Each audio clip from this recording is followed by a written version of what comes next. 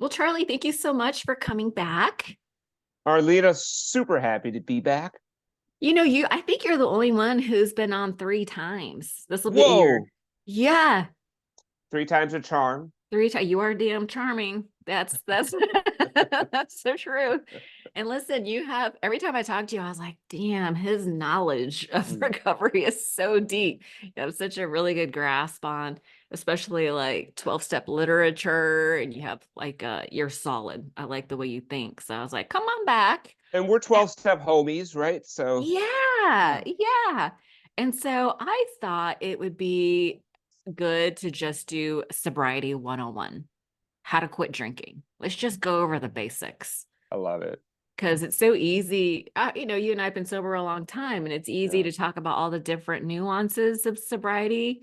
And I haven't really spent a lot of time, focusing on the fundamentals. And I thought, in case somebody is brand new to us, they should understand maybe some of the fundamentals. So I would love to get your perspective on that. I love it. I love getting back to basics when it comes to sobriety and recovery. And I just had the opportunity in the last 30 days to share my story in a Sorry. 12-step. I'm so sorry. Do you hear that? Dog is barking for no reason. Was that so loud? All right, take two.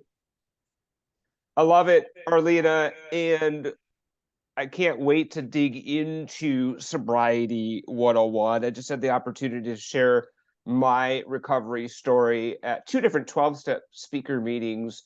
And so this has been on my brain because one of the things that I really try to do when I share my story is really tailor it to the newcomer, the person who's still suffering, and really identify those things in the beginning that made all the difference. Yeah. No, that's a good point.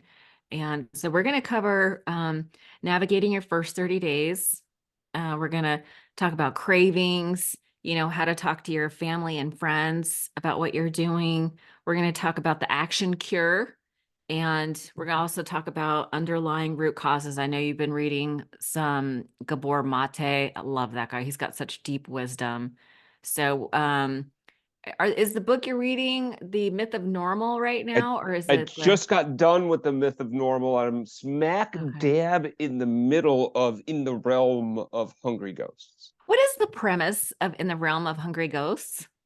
The premise is that Gabor Mate, for those who don't know, is a well-known doctor, MD from Canada, Vancouver area. He spent a lot of time in the last couple of decades in the worst part of Vancouver treating the most hardcore substance abuse sufferers. The what you would think of as the most hardcore of the hardcore, IV drug users that are consistently unhoused and exposed to all the things that you would think you'd be exposed to in that kind of environment. And his central thesis is that the substance abuse recovery community, treatment community, has largely ignored how important of a role trauma and adverse childhood experiences play into the susceptibility of an individual to substance use disorder and to the severity of substance use disorder in individuals, as well as how we would address a substance use disorder within individuals. So it's fascinating, and it really lines up with my experience on the Way Out podcast, interviewing hundreds of people, and the vast majority of them indicate some sort of adverse childhood experience, trauma, or both in their childhood. And Yeah. so it's a really consistent with my own experience around folks who have a substance use disorder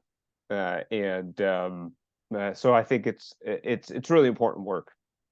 Absolutely. I'm going to have you look at the camera because I publish video. Oh, jeez. Sorry. It's all good. Okay, well, let's talk about so that's actually in line with underlying root causes, and I'm going to circle back to that. But let's kind of start out at the beginning. Let's say somebody is first starting they're like, okay, I am clear that moderation is not working and I need to practice abstinence. Like, let's just assume they've answered the question, can I moderate? Sure. And let's so how would you go about advising somebody about how to get their first 30, let's say? Mm. So when I think about making that decision and finally coming to a point where the decision's made, moderation doesn't work, tried that, I need to stop. And what does that look like? I think the first thing is to identify if there are resources, support groups, those kinds of things that you feel like you might Mhm. be willing to try. Okay. And there's a lot of them out there, but that's the most important piece in terms of that next step. Who am I going to get to help me? Okay. Okay, so get help. Help.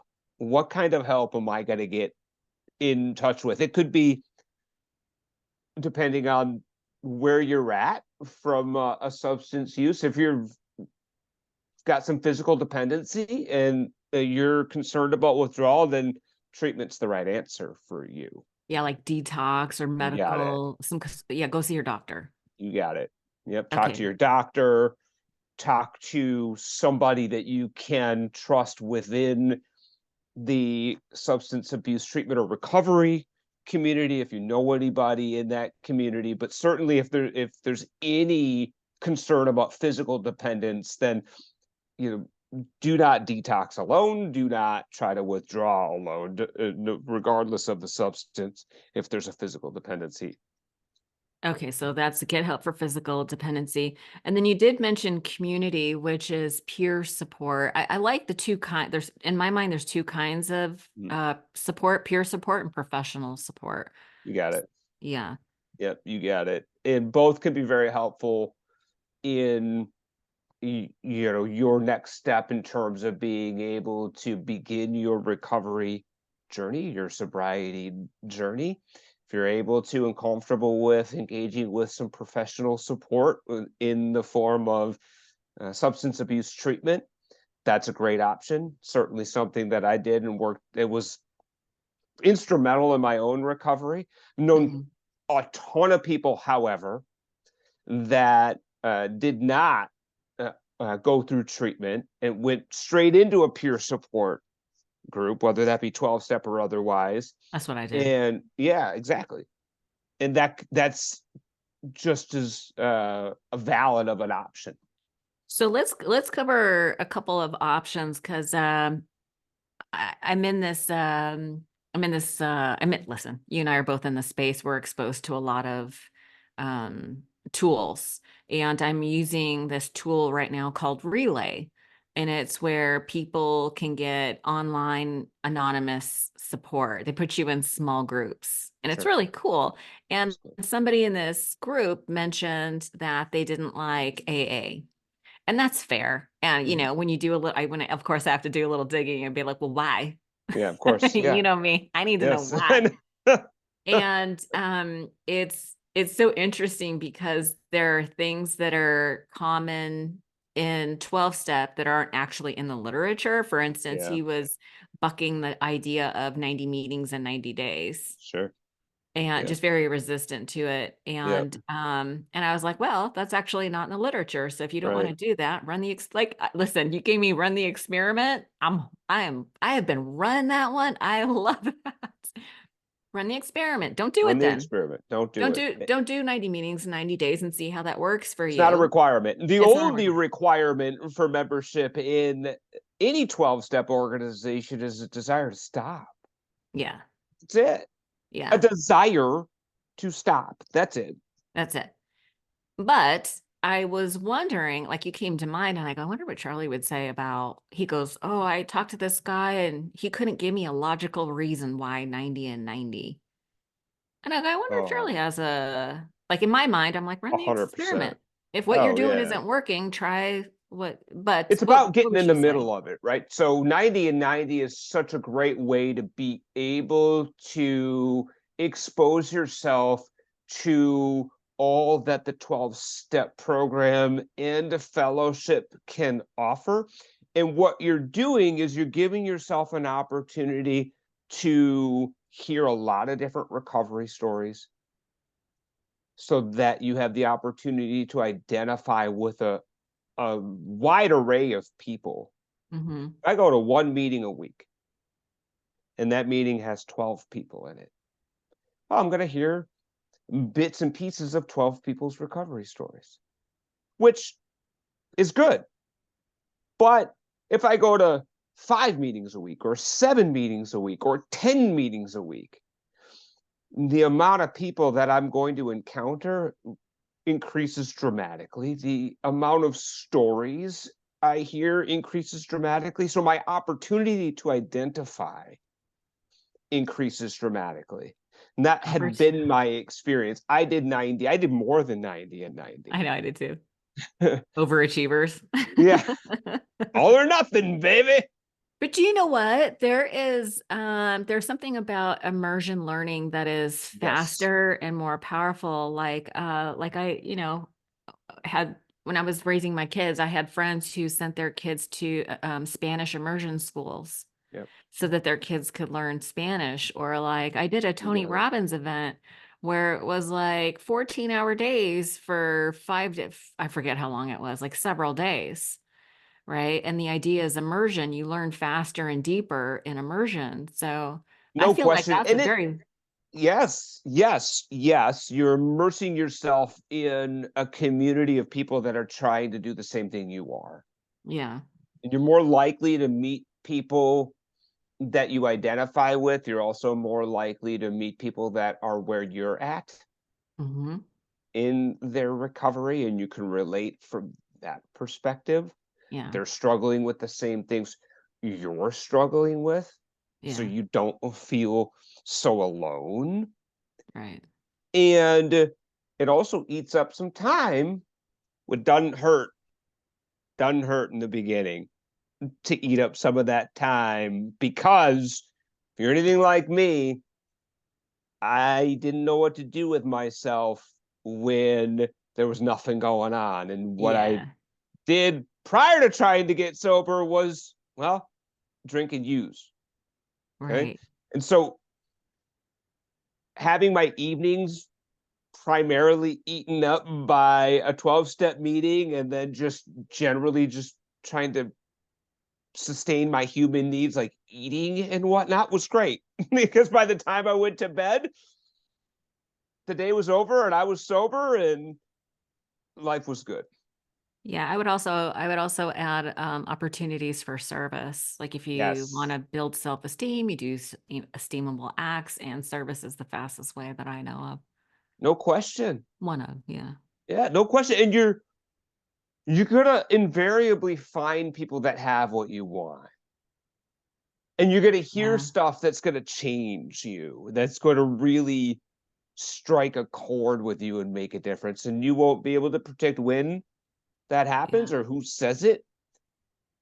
But the more you expose yourself to those opportunities, the greater the chance you're going to have those aha moments, those moments where like, oh my gosh, I felt like that. Oh my gosh, I did that too.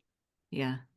Oh, oh, and if I felt like that and they did, and I thought like that and they did, and I did that and they did, and they got better, well, maybe I can get better too. Yeah. I love that. I also love this idea of positive brainwashing. Like we're reviewing the solution over and over and over again, and it sort of edges out negative thinking that led Yeah. you to drinking in the first place. So I remember I was dating this guy when I first got sober, and I quickly realized I needed to break up with him. and I was going to meetings, and he was drinking and whatever. And he told me that he goes, I think those people are brainwashing you. And I was like, yeah, I know he meant it in a bad way, but I was like, Right? yeah, my brain needs some washing. I was like, you're not going to get any resistance from me. That is exactly Well, it what's reminds me happening. of your great 12-step joke, which is that's you know again the difference between I have a 12-step joke. I thought you did What is it? what's the difference between occult and AA? What? I thought you In, that was, what is it? in occult, people actually do what they're told. Oh, that was you. Yeah, you told me that one. Yes. I got another one before What's we that? move on. Okay, another 12-step Okay. joke. Okay. Okay. So a sponsor and a sponsee are stuck on a deserted island. They're walking along the beach and they find a bottle. The sponsor picks it up, wipes the bottle off, and out comes a genie. The genie says, you each get one wish. The sponsor says, oh, I wish I was back with my home group. Poof. Sponsor goes back to the home group. Sponsee, he's like, oh man, I don't know. I don't know what to wish for. I wish for like an airplane, a boat, food, a woman. Oh, I wish my sponsor was here.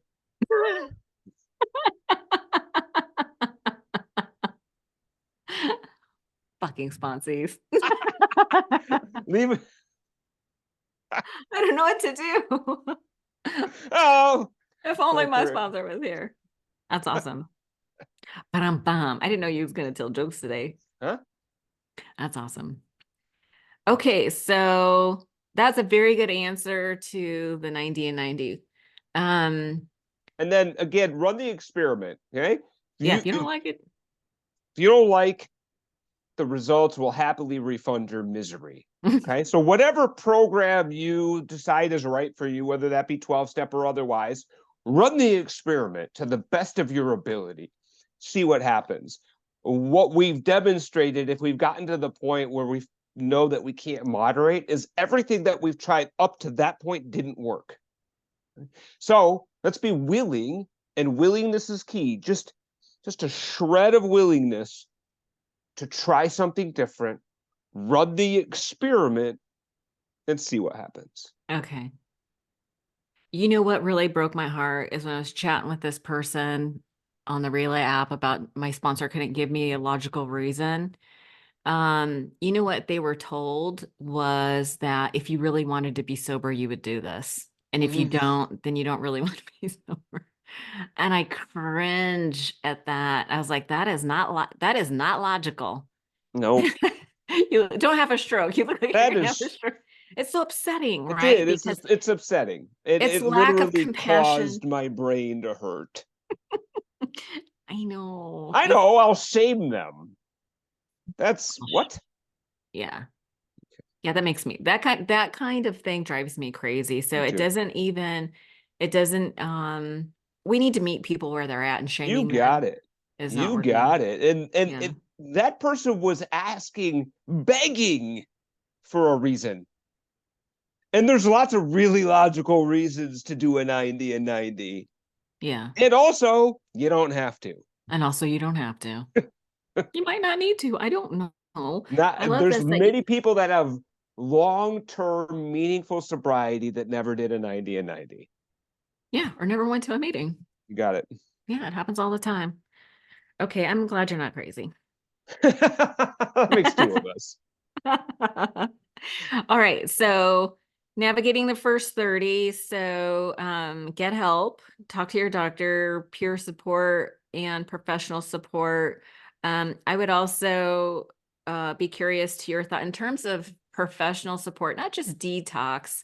Um, you know, and this sort of leads to the underlying root causes and conditions. Mm, You and I both did EMDR, yes. which is like a somatic therapy. So that's another way of accessing if you have access to that, like professional help to address the underlying causes while developing a support system to get you through day-to-day stuff, because your professional person isn't going to be available 24/7 like your peer support can be.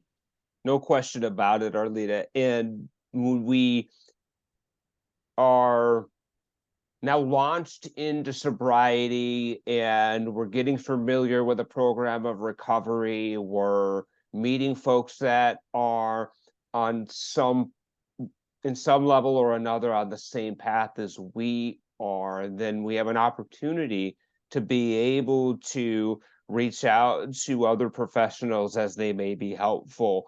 As we touched on off the top, many of us who have a substance use disorder have experienced some sort of trauma, some sort of adverse childhood experience, some sort of even PTSD.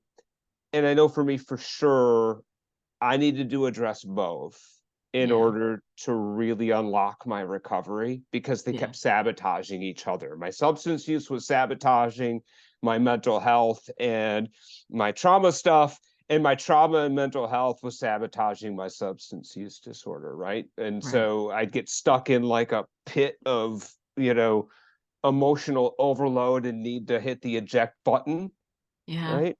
Yeah. And then by virtue of engaging in substance use in that cycle, it made my mental health worse, right? And Right. so Right. I needed to definitely address those both pretty early on. Not everybody does that right away pretty early on, but certainly if you have some struggles with mental health, and you know that you've had some adverse childhood experiences that you haven't fully addressed, and Arlita, I know, it was great in the show notes, so we can put a link to that adverse childhood The ACE, experience. You bet. the ACE quiz or The ACE evaluate score quiz. ACE score. Okay. Yeah. Okay. I will do that. For every adverse childhood experience we have, we're 2 to 3 times more likely to develop a substance use disorder. Well, listen, I had zero chance. Okay. I had zero If chance. you've got 5 and I've got over 5, 7 to 8, depending on, one of them's a little like, and you'll see if you A little take gray this, area. you bet. You're 10 times more likely if you've got 5 or more. Flavor.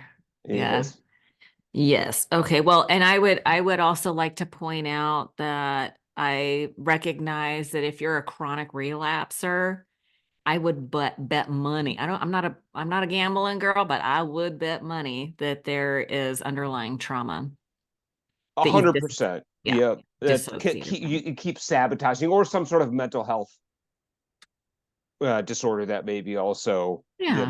triggering that. But no question, I'm not a betting man either, Arlena, but I certainly would bet money on that if I was. Yeah, and that is a way more compassionate look at why people relapse, Yes, chronic relapse yes. is, I don't like the shame. Like the one thing I don't like about, when you go to an AA meeting and you relapse and you come back and you announce yourself as a newcomer every day for 30 days, your first 30 Mhm. days. If you're a chronic relapser, that is like re-traumatizing you with more shame. And we walk around with like, it's hard. Like I see it, there is a purpose to it. I interviewed Dr. Anna Lemke from Stanford, and she wrote that book, Dopamine Nation, and she Yeah, loves 12 step. And she yeah. was talking about pro-social shame. And I would have to say that that's probably one of the reasons why I didn't continue to relapse is I didn't want to have to do that. No question.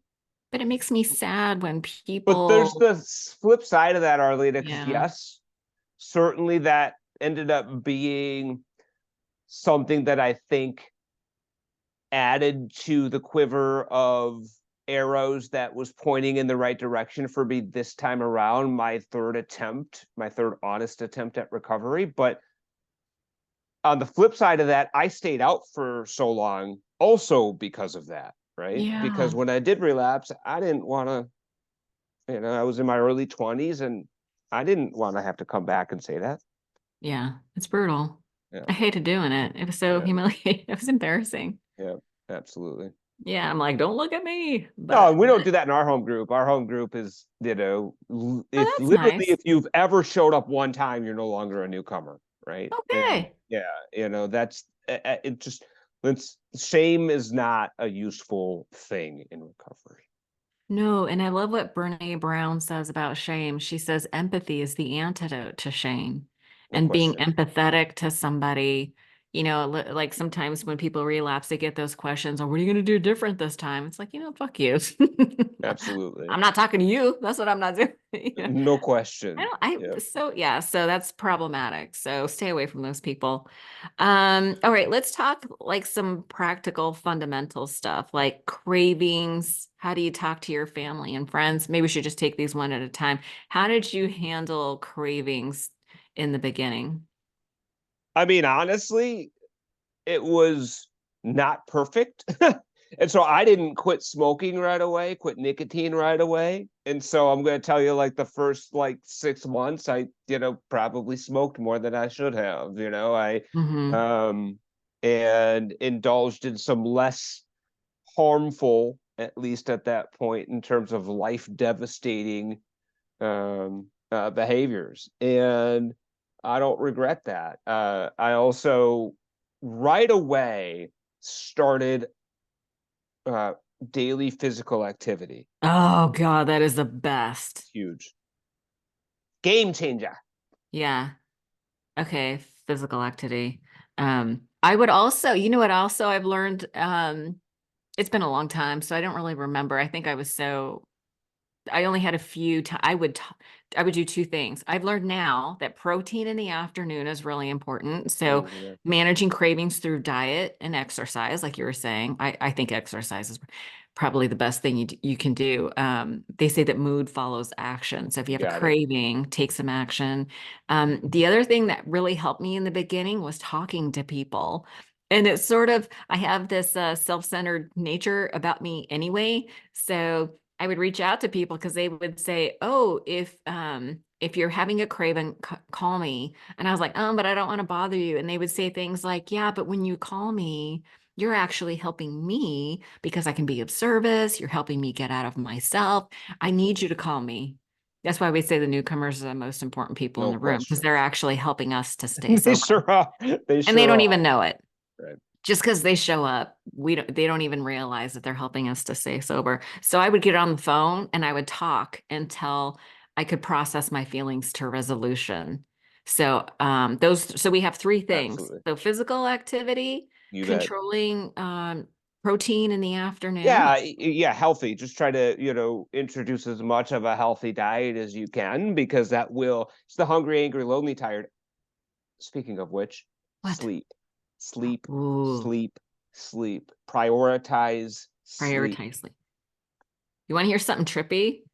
I was listening to the Huberman Lab podcast, and he was talking about neuroplasticity, which is Mhm. learning. It happens during sleep. Yeah, So he was like kids that are like he's a Stanford professor. He goes, his students come in, it's intense focus, and then a rest period. And in the rest period, if you can get sleep, that's where your brain is, they call it connecting and pruning. So like your yeah. neurons will actually connect more to the information and prune away stuff that you don't actually, that all happens when you're sleeping. It is so important. It's foundational Yeah. to my recovery and certainly wasn't the beginning. Now, again, in the first 30 days, I was just like a bull in a china shop, going to a lot of meetings, like, and the amount of nicotine that I was putting into my body, along with the amount of so I'd have coffee in the morning, and then I'd have energy drinks, and then I'd have like those So 5 hour terrible. energies, and I was just like, Maybe and then, maybe well, calm why down on the can't I caffeine. sleep? Right? And it's because I'm, mainlining caffeine and nicotine all day. So that being said, pretty early on, I realized, okay, moderate on the caffeine, prioritize sleep. Yeah. Prioritize daily physical activity. That makes a world of difference. Again, the hungry, angry, lonely, tired, some people add stress to that.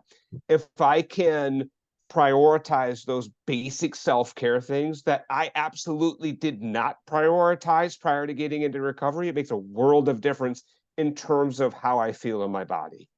Yeah. This is stuff that actually works.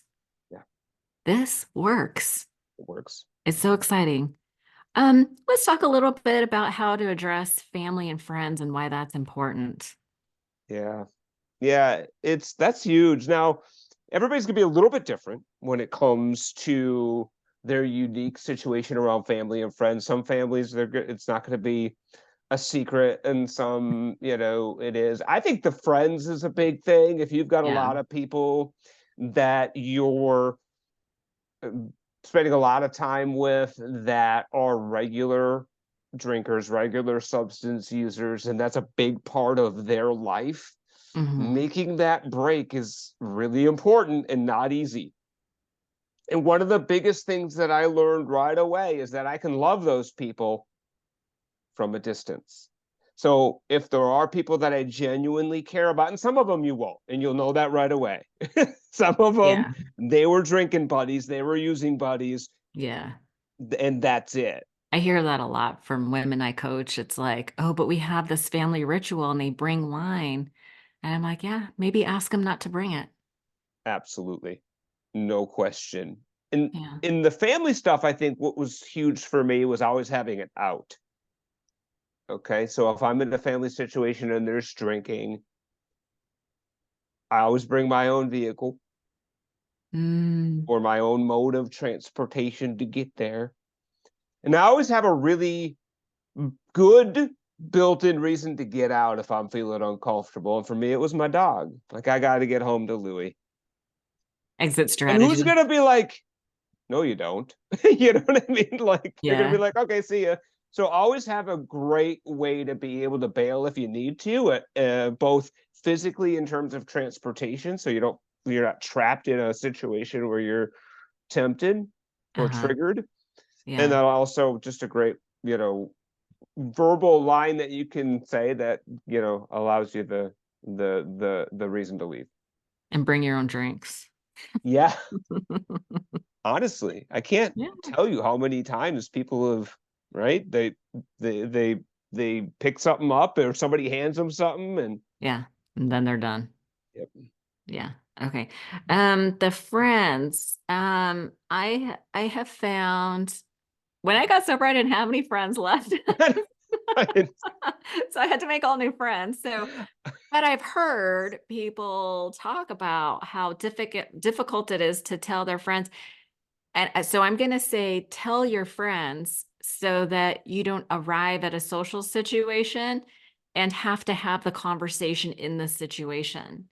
You like give Absolutely. them a heads up before you go out to dinner and go, hey, by the way, I just want to let you know I'm going alcohol free for a while. Like you don't have to make it a big heavy thing. People tend to receive information with the energy that you give it. So if you're You kind bet. of casual about it and you say, hey, I'm just gonna go, I'm doing the alcohol free challenge for a while. I'm gonna see if I can go 6 months or whatever you want to say. And and just let them know. And then somewhere Absolutely. along the line, you can update them and go, you know what, I feel so good about this. I'm not drinking anymore ever You or got it. whatever. You got it. And to your point, like, I think there's three categories, right? We've got the using drinking buddies where, that takes care of itself once you even Right. invoke the word like sober or, abstinence. Alcohol They're free. out. Yeah. They think you caught a disease and they don't want any part of it. Right. And they're telling their friends, like, did you hear about Arlena?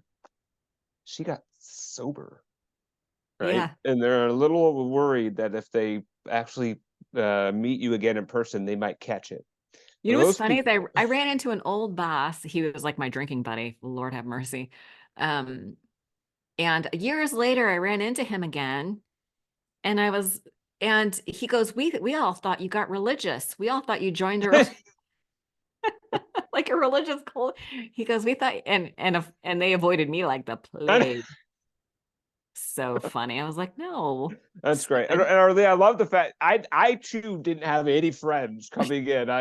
It was not a problem for me. Jason, the co-host of the Way Out podcast, it was different. He had a ton of friends, and which makes sense because he's just the best.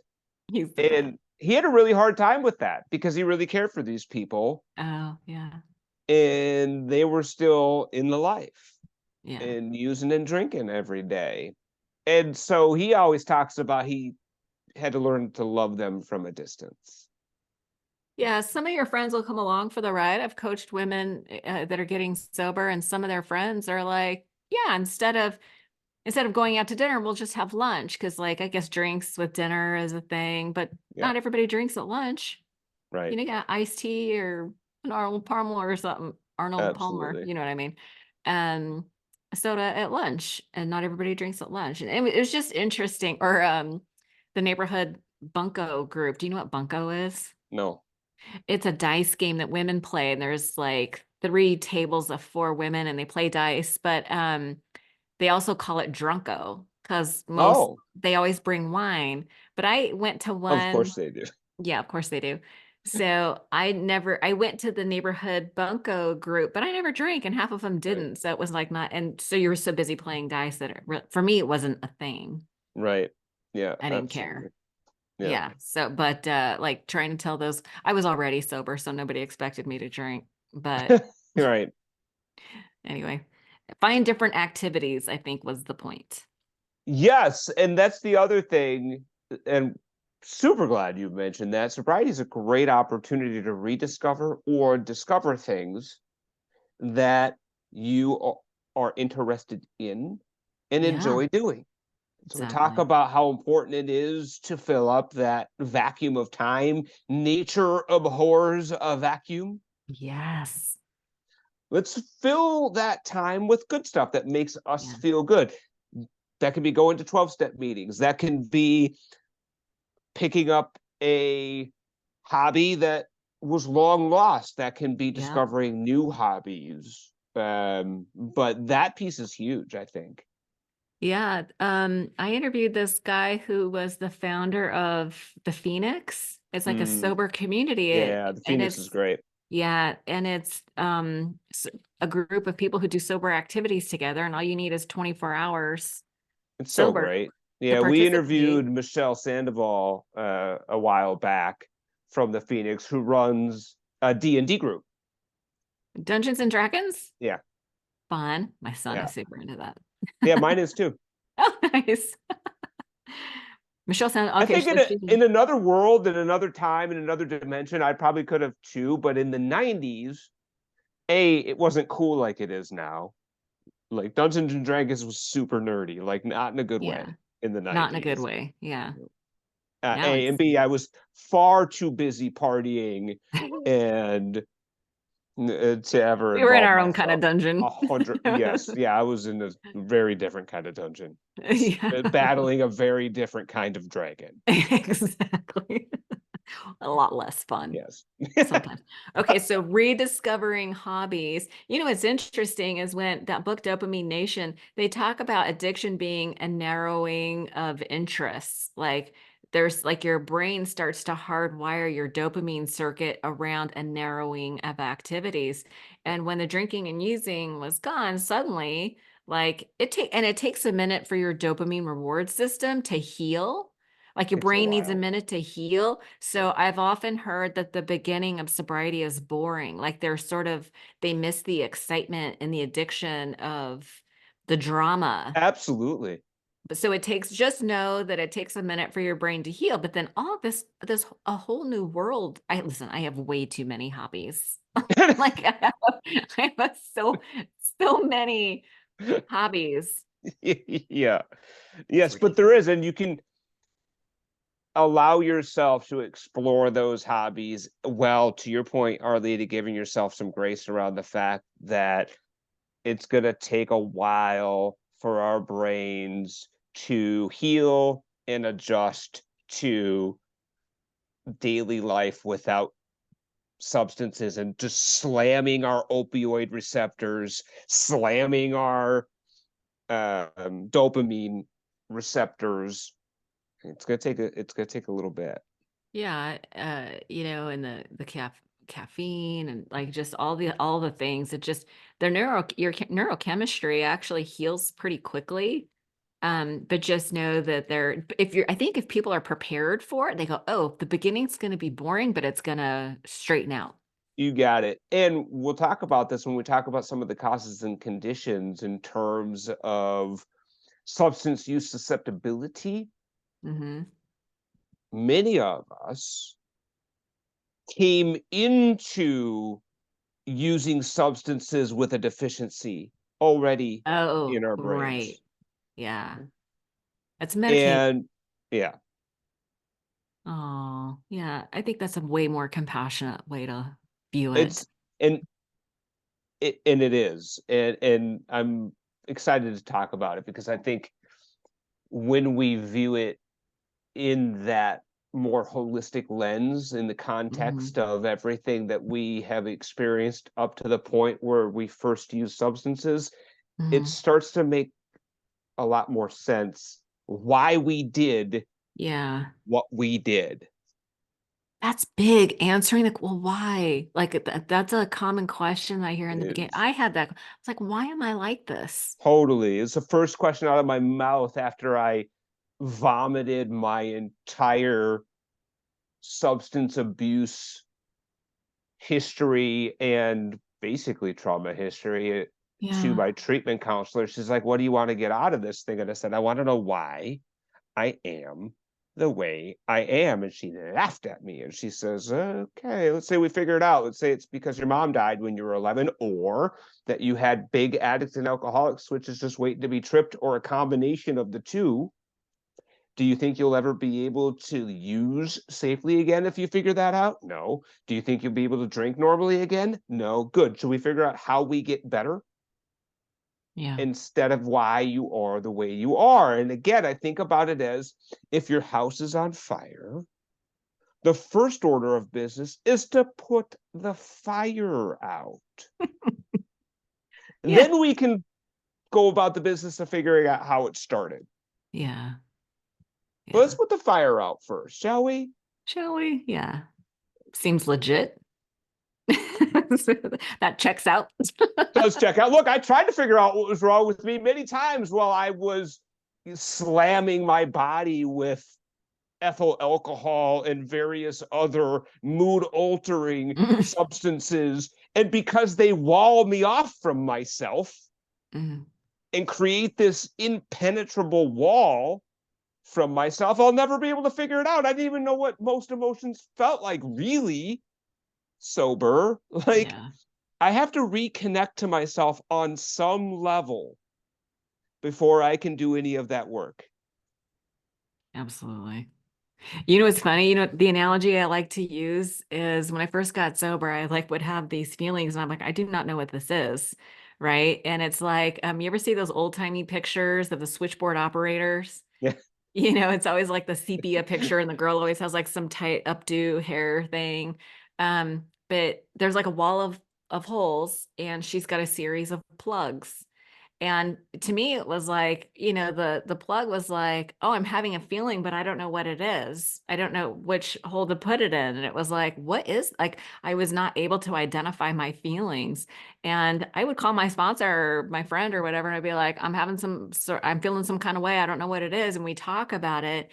And because they or had already gone through the process, they were able to identify, oh, you know, I think that might be loneliness. I think you might be having some kind of shame.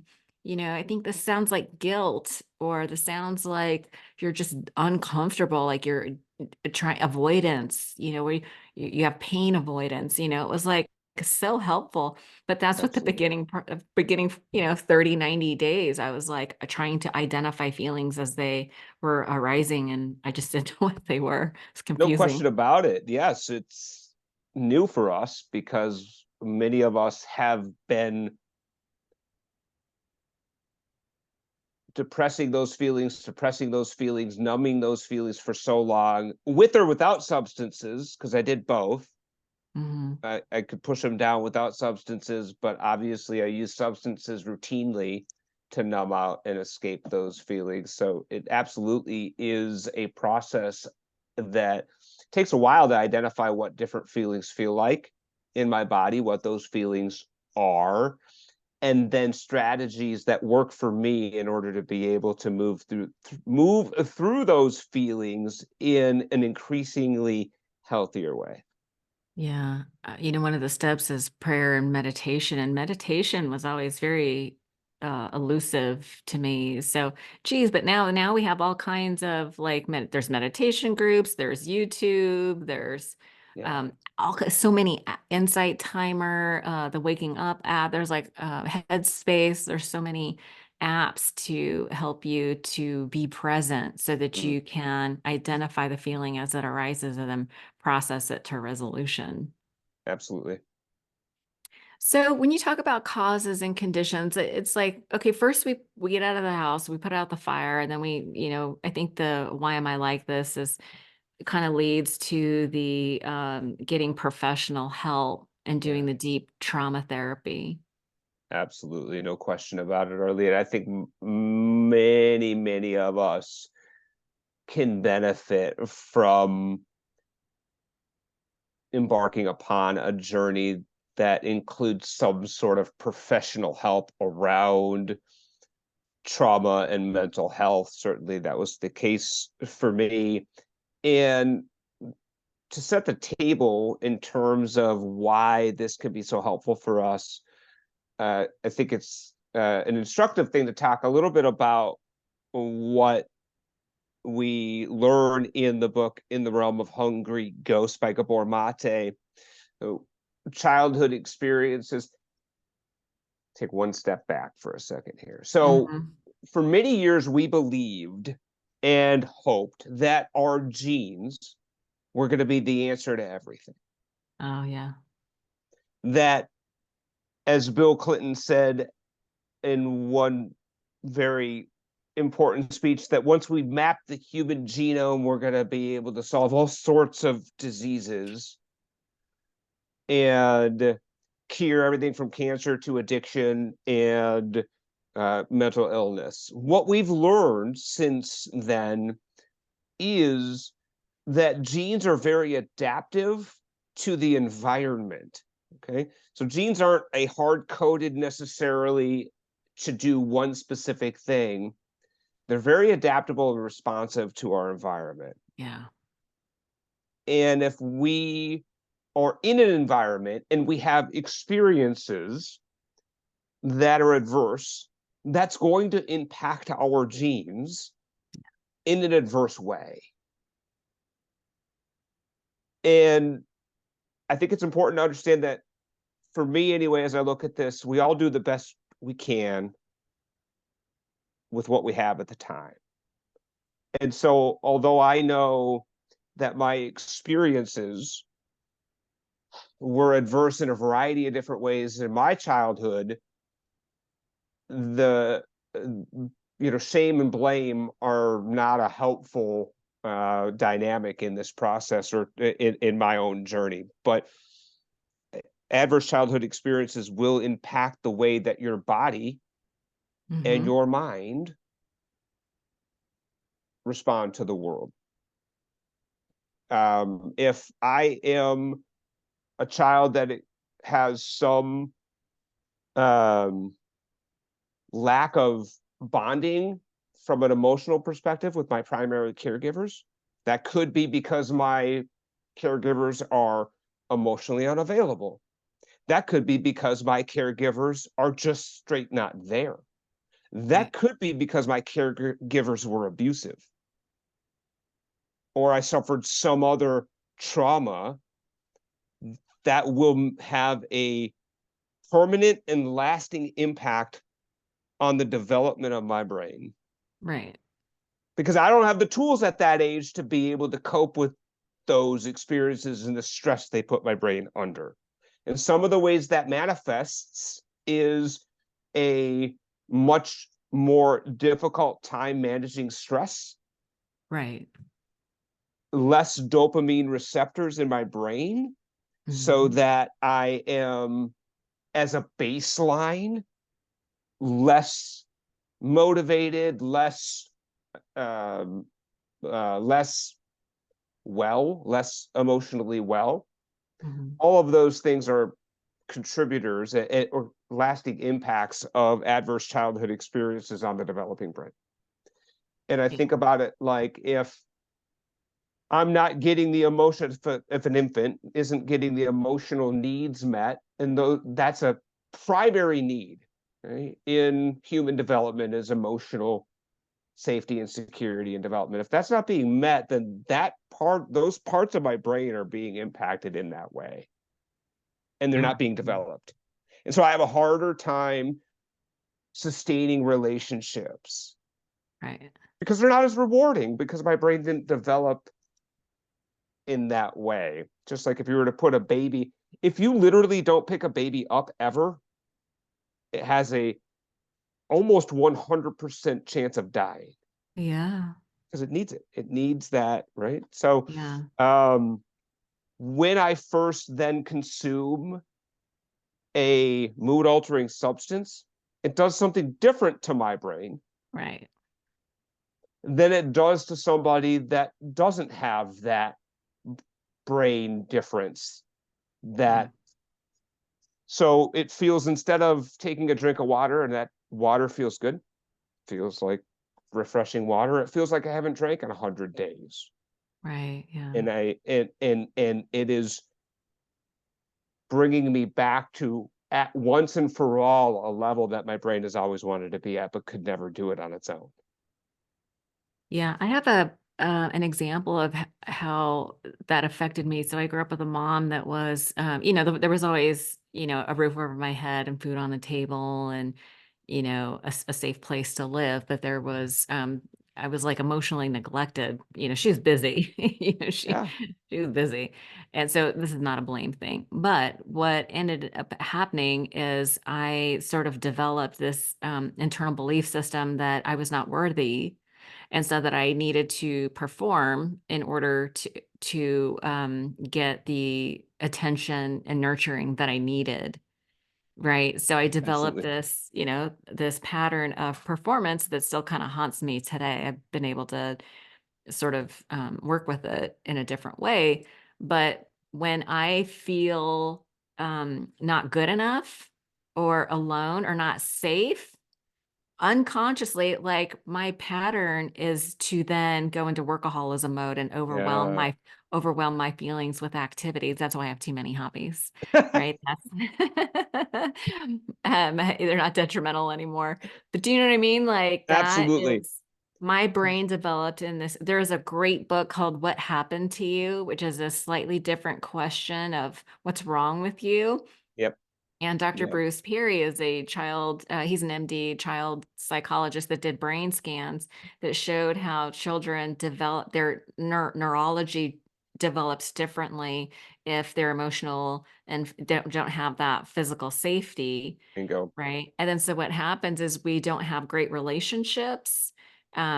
We don't work like it's hard to hold a job, hard to have a relationship. We don't manage money very well. So that's how, and then so all this stuff creates stress. And then what do we do to deal with the stress? Bad things. You got it. And think Yeah. about this cycle, Arlena, that you just laid out in that example. If I have a brain that is fundamentally deficient in dopamine because of some basic lack of emotional development that didn't occur, and then I discover things that allow me to feel okay, my brain is going to seek that out like a heat seeking missile. Our brains are tremendous problem solvers. And once our brains identify something that works, it just wants to do it over and over again because our brains want to reach homeostasis. Exactly. And Yeah. if they've been deprived for however long, for any variety of adverse childhood experiences, trauma, stress, and finally reach that homeostasis from a behavior pattern or a substance or both, we're going to go back to that well over and over and over again because it's going to produce the dopamine our brains are hardwired to require and crave. And Right. if it's substances, it can be even worse because many substances will then inhibit increasingly those dopamine receptors. So if we started out with not very many, Yeah. and then we're engaging in a substance that then over a period of time reduces those even further, it increases the dependence. Right. Yeah. It's a vicious cycle. So I why does learned that make sense, right? So you talk about, and Gabor Mate says, not why the addiction, why the pain? Well, yeah. Yeah. I love that. Why the pain? So addressing the pain is where we heal so that we don't have to keep going back to those old patterns. Absolutely. It is less about trying to say, well, this is why I'm broken, and Yeah. this is why, Wounded, not broken. yeah, right. And that's the way I thought about it in my, yes, but this is why I use, this is why I drink, this is why I do what I do. It's more about for me anyway, giving myself some grace and some understanding. Boy, that makes sense why substances felt so good. Yeah, it makes And I sense. wanted to use them a lot because they Yeah, worked, because because it they worked. worked. Yeah, we needed some relief. And I didn't Yeah. have any other way to be able to achieve homeostasis Otherwise. outside of that. Yeah. Yeah, so good. Listen, I feel like we covered a lot of ground. I feel We like we hit did. yeah, we hit all the bullets there. Arlita, my favorite part of this interview was when you had to rein me in there, Charlie. Charlie, I'm going to need you to look at the camera.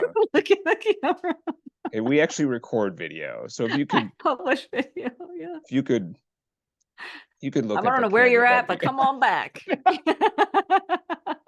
Come on I'm back gonna to this need office. you to focus here. Okay. I mean, you were very focused, That but was as self-centered as I am, I'm like, come back to me. it's great. Focus on me. Favorite part. No, not even close. So funny. Well, listen, this has been great as always. I always love our chats. I learn so much, and I always get that warm, fuzzy feeling like, yeah, this is what we needed to talk about today. Yeah, this was great. You are, as always, the best. Back at you. If you spot it, you got it. All right, my friend. Well, until next time, thank you so much. Arlene, I can't wait. And again, your episode's coming out. I don't know when this is going to be published, but your episode's hot to drop, and I can't wait for it to drop because Woo! it was a tremendous episode, all about hopefully giving folks a chance, giving folks a chance to take a second look at the Yeah, 12 steps. yeah. A worthy endeavor. Indeed. Well, thanks so much. We'll talk again soon. All right. Thanks, Arlene. Thanks.